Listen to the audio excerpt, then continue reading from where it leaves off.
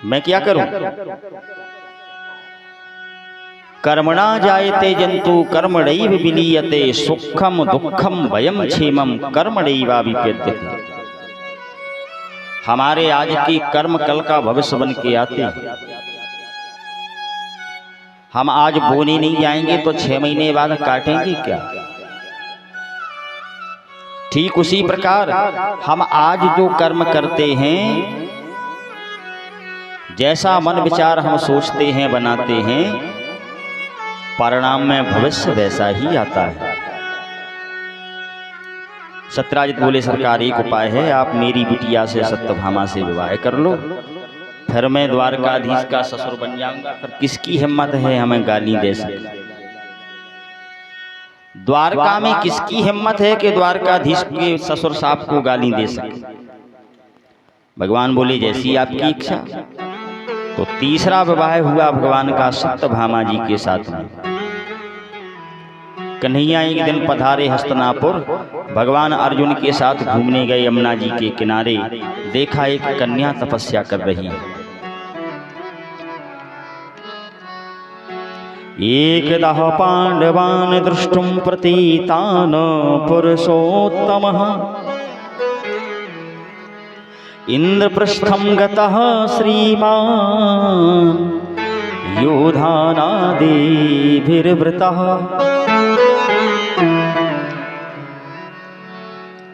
भगवान यमुना जी के किनारे अर्जुन के साथ घूमने के लिए गए तो देखा एक कन्या बड़ा घोर तप कर रही है। भगवान बोले अर्जुन इससे जाके पूछो इनका परिचय क्या है, कौन है ये देवी और किस लिए तपस्या कर रही है?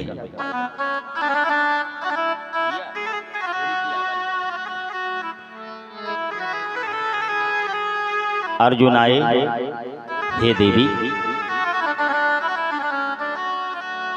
का तुम कस्यासि शुश्रोणि कुतोऽसि किं चिकीर्षसि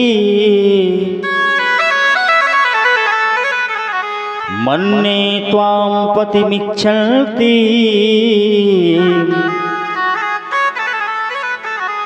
सर्वं कथं शोभने।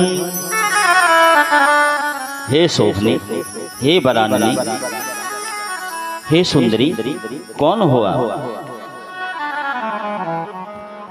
का तुम कस्यासि शुश्रोणि, कौन हो, किसकी बेटी हो और ये तपस्या किस लिए कर रही हो? कन्या ने उतना ही सुंदर जवाब दिया, अहम देवस्य सवितुर्दुहिता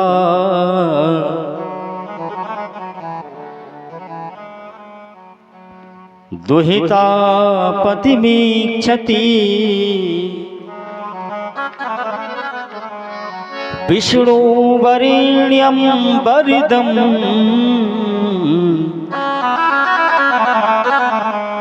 तपः परमास्थितः। कन्या बोली मैं सविता की दुहिता, मैं सूर्य की बेटी हूं, कालिंद्री मेरा नाम है और भगवान विष्णु को पति रूप में पाना चाहती हूं। मन्ये त्वां पतिमिच्छन्ति विष्णु वरेण्यं वरदः तपः परमास्थिता। भगवान विष्णु को पति रूप में पाना चाहती हूं इसलिए तपस्या कर रही हूं। अर्जुन दौड़े दौड़े भगवान के पास में आए, हाथ जोड़ के बोले सरकार इस समय आपकी गुरु बृहस्पति की दशा बहुत जोरदार चल रही है। अभी तो 3 ही विवाह हुई, कन्या तो आपको वरना चाहती है, आप ही तो विष्णु हैं। अर्जुन आए कन्या से बोले हे देवी जिन्हें आप पति रूप में पाना चाहती हैं ये विष्णु ही कृष्ण बन के आए हैं, यही विष्णु हैं। तो कालिंदी के साथ में भगवान का विवाह संपन्न हुआ। बिंद अनविंद 2 दुर्योधन के वंशवर्ती राजा थे। स्वयंवर में भगवान गए इनकी बहन के, तो बहन का नाम था कृष्णा और कृष्णा ने जहां भगवान सांवरे श्याम सुंदर का दर्शन किया, जादूगर सरकार बिहारी चरणन की बलिहारी। कन्हैया तो जादू चलाते हैं। कोई निरानिष्ठुर हो जो जादू से ना रिझे तो कन्हैया बंसी बजा के रिझा लेते हैं। और बंसी का जादू तो ऐसा चला कि भगवान महादेव की समाधि छोड़ के भाग के आ गए थे महाराष्ट्र में। कल के प्रसंग में मैंने वर्णन किया था। ऐसा जादू भगवान का चलता है। नमामि चित्त चोरतम नमामि नंदनंदनम।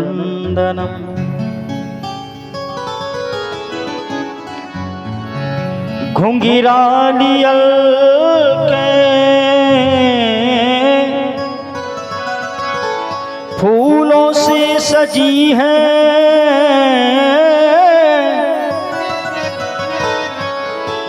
दर्शन को करके नाखियां थकी है। भगवान की रूप माधुरी जो देख लेता है, घनश्याम जान लियो मन माही।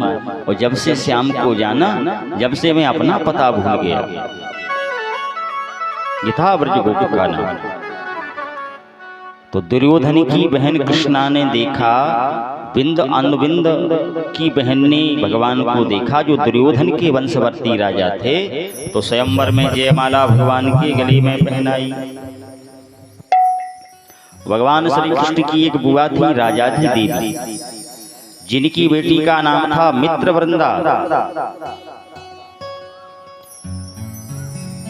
मित्रवृंदा का समर्पण जब भगवान के प्रति देखा उसके भाई शंतरदन ने, तो अपनी बहन का पानी ग्रहण संस्कार भगवान द्वारकाधीश के साथ में किया। एक राजा थे कौशल देश के, जिनका नाम था नग्नजित। बेटी का नाम था सत्या। राजा ने शर्त रखी कि जो 7 साणों को एक बार में नाथ देगा, उनके साथ में बेटी का विवाह करूंगा। तो भगवान गए, 7 रूप बना के 7 साणों को एक बार में नाथ दिया। सो सत्या के साथ में भगवान का विवाह संपन्न हुआ। सुखदेव जी कहते हैं, राजा एक मध्य प्रदेश के राजा थे, जिनकी कन्या का नाम था लक्ष्मणा। राजा ने शर्त रखी कि जो ऊपर घूमती हुए मछली के नेत्र में बाण लगा देगा, उनके साथ बेटी का विवाह करूंगा। भगवान गए एक बार में ही। व्योम की मीन बिलोकत ही,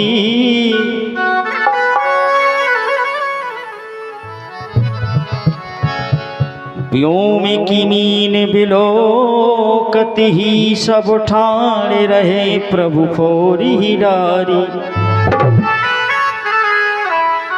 एक बार में भगवान ने मत्स्य के नेत्र का भेदन किया। सुखदेव जी कहते हैं, हे राजा, ये 8 विवाह तो फुटकर भये, पर 16,101 बार में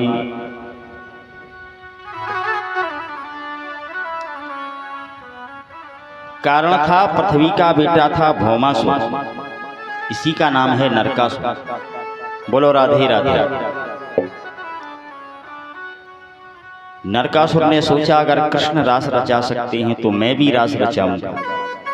राजाओं के ऊपर चढ़ाई कर दी और राजकुमारियों को बंधक बना के कारागार में बंद कर दिया। संख्या हो गई 16,100। एक दिन नारद जी आए, नरकासुर के कारागार में गए तो समस्त राजकन्याओं ने निवेदन किया, प्रणय निवेदन किया देवर्षि नारद जी से, हे देवर्षि नारद, इस भूखंड पर ऐसा कोई वीर नहीं है जो हमें इस राक्षस के कारागार से मुक्त कराए।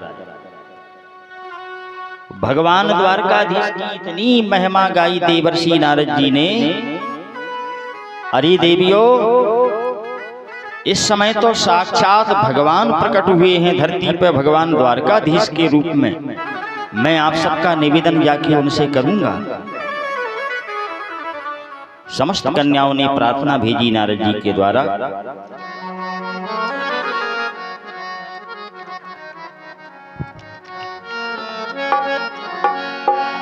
हो हमें छुड़ाने को भगवान कब आओगी, हमें छुड़ाने को भगवान कब आओगी।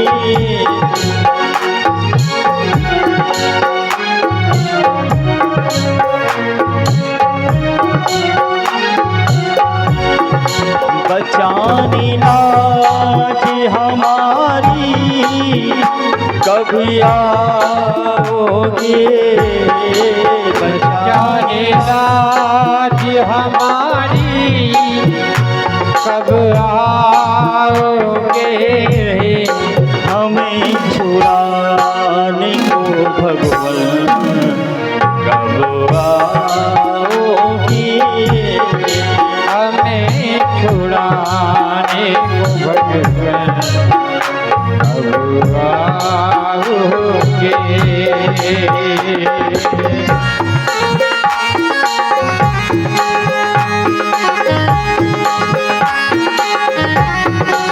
जय हो प्यारे।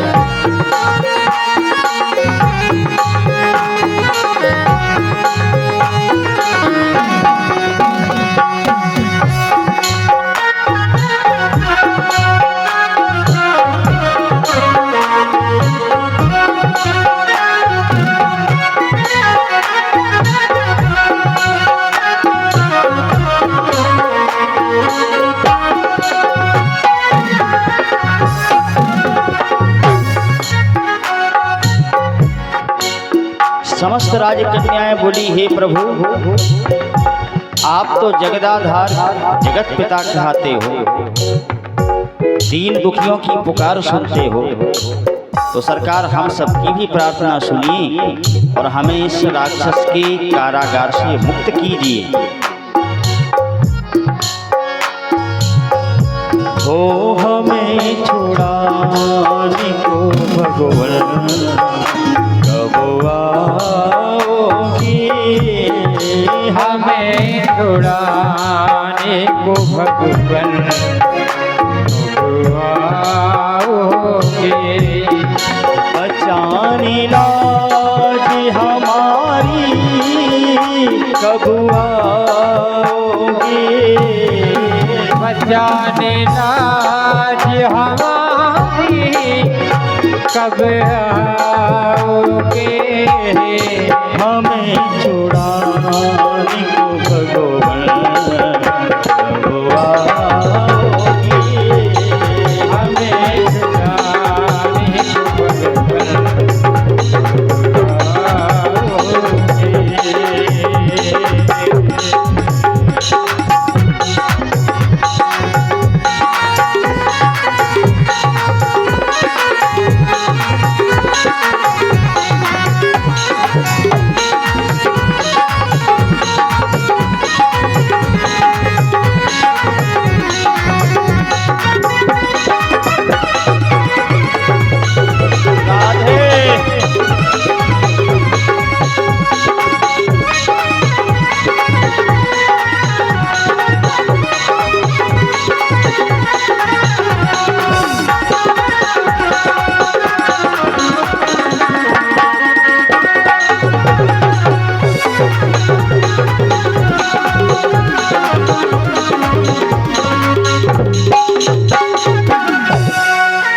हमें छुड़ाने को भगवान कब आओगे, बचाने लाज हमारी कब आओगे।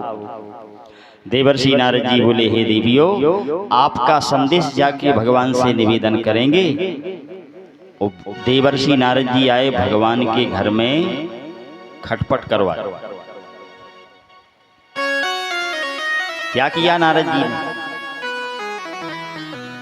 नारद जी बोले, देखो हम तो बाबा बैरागी, लड़ना भिड़ना हमारा काम नहीं,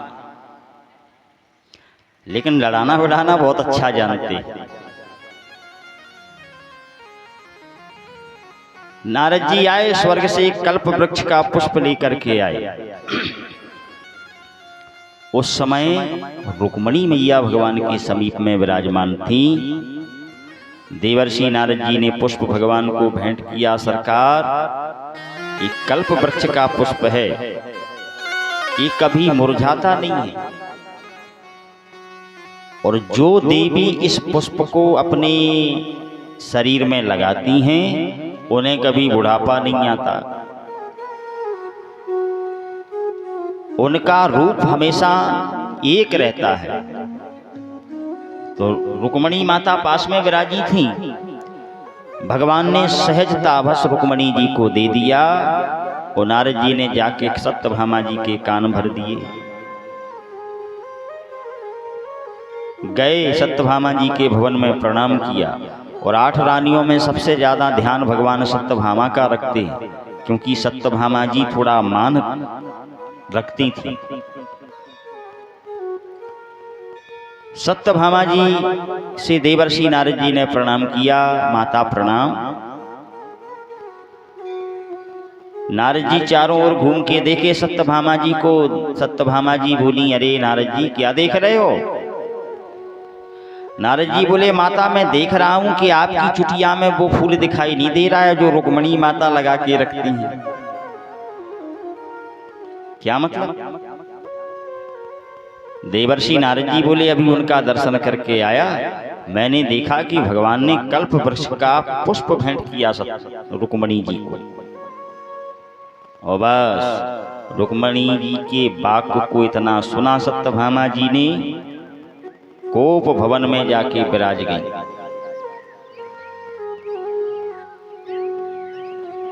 अच्छा, राजाओं की रानियां नाराज हैं, ये पता कैसे चले? तो कोप भवन बनवा दिया जाता था। रानी रुष्ट हो गई राजा से किसी बात को लेके, तो श्रृंगार आदि छोड़ के कोप भवन में जाके बैठ गए। अब आजकल के कोप भवन कहाँ होते हैं? चौका में। बोलो राधे राधे। भाई महंगाई का जमाना है, बहुत महंगा कमरा बन रहा है। माताएं बेचारी दुखी भी होंगी तो चौका में। दुखी हैं तब भी भोजन बनाएंगी परिवारी जनों, प्रसन्न हैं तब भी भोजन बनाना है चौका में। तो कहने का मतलब है, घर को घर नहीं कहा जाता। ना गृहम गृहे, ऐसा शास्त्र कह रहे हैं, ना गृहम गृहे, घर को घर नहीं कहते।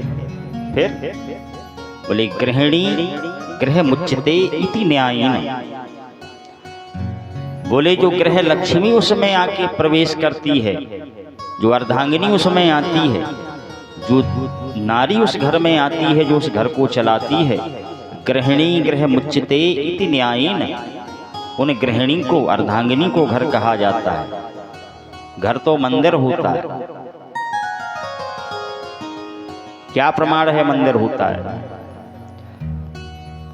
तो गोस्वामी तुलसीदास जी की जब महाराज दशरथ की, भगवान की माताएं, भगवान जब आके उदर में वास करने लगे, तो गोस्वामी तुलसीदास जी लिख रहे हैं, मंदिर मह सब राजह रानी, शोभाशील तेज की खानी। तुलसीदास जी ऐसा भी लिखते, घर घर में सब राज हैं रानी नहीं, घर को मंदिर कहा गोस्वामी तुलसीदास जी।